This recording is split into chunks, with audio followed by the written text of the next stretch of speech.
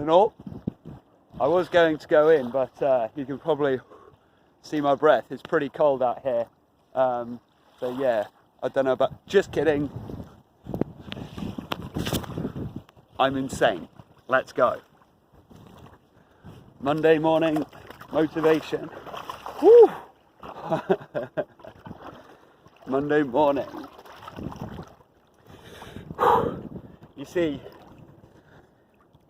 You see a lot of these motivational videos and quotes and stuff. Always comes around on a Monday. Now, although it's good to start the week with all of that energy, I would actually suggest that the most important time to have motivation is on a Friday. Because anybody can be amped up on a Monday, you've just come out of the weekend, you're feeling a little bit fresher, you're feeling a little bit more energized for the week. The crucial time to be motivated is when you are low on energy, when there is nothing left in the tank, when you have nothing driving you, nothing pushing you forwards, there is nothing there except your bedrock willpower, strength and determination. Because anybody can do this on a Monday morning. It takes a special kind of badass to do it on a Friday night. On a Friday night when everyone is saying, come to the pub, come out for this meal, when your body even is telling you, nah, just relax, just you've had a hard week, now it's time to just shut down. Can you squeeze that workout in? Can you squeeze in that workout? Can you squeeze in that extra couple hours on that project? Can you put the time in? Can you put the time in when everybody else has clocked off? That is where the progress is made, and that is what's going to give you the edge over everybody else who is trying to achieve what you're trying to achieve. If you can put that time in just that little bit more, just pay the price just a little bit more, just put that work in, put that time in, energy, effort, whatever it is, it's going to be won on the Friday night, not on the Monday morning.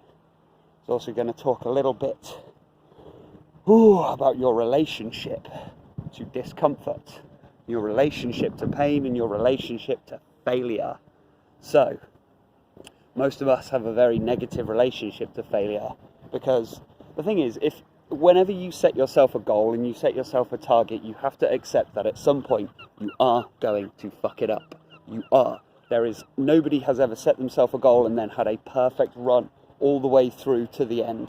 Nobody ever did that. There's going to be setbacks, there's going to be mistakes, there's going to be times when it hits you in the most humiliating way possible, and it's going to hit you in the toughest and hardest way possible. A classic example is maybe you set out to lose this weight, and you set out to get fitter, you go out for that first run, first thing that happens is you twist your ankle. It's classic. It's funny how like the universe does this to us, and it seems to be in the most kind of ironic and humiliating ways. It's coming.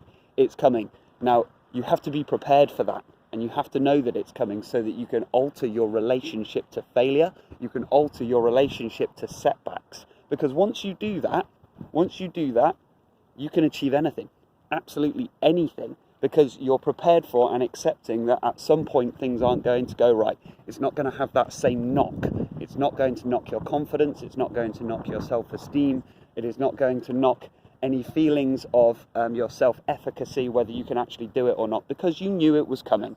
Now, the crucial thing is to learn from that mistake, because that's what we do as human beings. When there's a setback and a mistake, we learn from it. We apply those lessons moving forwards. A setback is just a set up for a comeback. And a comeback, man, don't we all love a comeback story? Because everybody roots for the underdog. So every time there's a mistake, every time something goes wrong, man, that's an opportunity. That is such a massive opportunity, because you can learn so much from it, and then you're that little bit stronger moving forwards. I find it all the time in my fitness classes, and when I'm training people seem to, let's say we're doing push-ups for 30 seconds, you get 15 seconds in and collapse, because push-ups are horrible, hard as nails. People feel like they've failed. Like, man, that is not failure. That is not failure. To do push-ups until you can't do you can't do one more push-up, that is a massive success. That is a massive success because you have put in so much effort and so much work that you've pushed your body past its point where it could do anymore. Now that's great. That's fantastic. But our relationship to failure is such that when we feel like we do those 15 seconds of push-ups and then we drop down and can't do anymore, we feel like we've failed. Oh God, I'm no good. Oh God, I'm not fit. Oh God, I'll never be able to do it. No. You've got to flip the script on that. Flip the script on that and turn it around. That's incredible. That's incredible. I would rather see people fail and drop down and be like, oh, God, and then maybe even get up and try again. I'd rather see that than somebody who just bangs out 30 push-ups and is just like, yeah, that was easy. Because you probably didn't push as hard as you could have pushed. You probably didn't push as hard as you could have pushed. So changing your relationship to failure is my Monday morning motivation for you all. Look at this. See, changing your relationship to discomfort. See, it is cold right now, but this feels absolutely amazing. It feels so freeing. This feels so liberating. There's nobody else in the ocean right now. Nobody else in this ocean right now, this sea. Just me and this vast open canvas that we have, the ocean. And it's just me out here. It's beautiful still water. Peaceful, serene.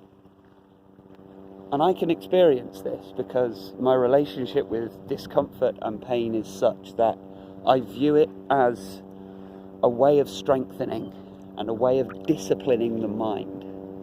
So I'm no longer avoiding discomfort. I no longer avoid pain because I see it as a way of strengthening.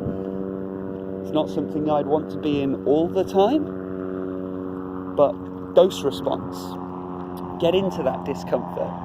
Get into that failure point with training. Or just find something to challenge yourself. Accept that it's going to be tough and go and do it anyway. Go and do it anyway. Even if it's going to be tough, it's going to be uncomfortable, it is going to suck.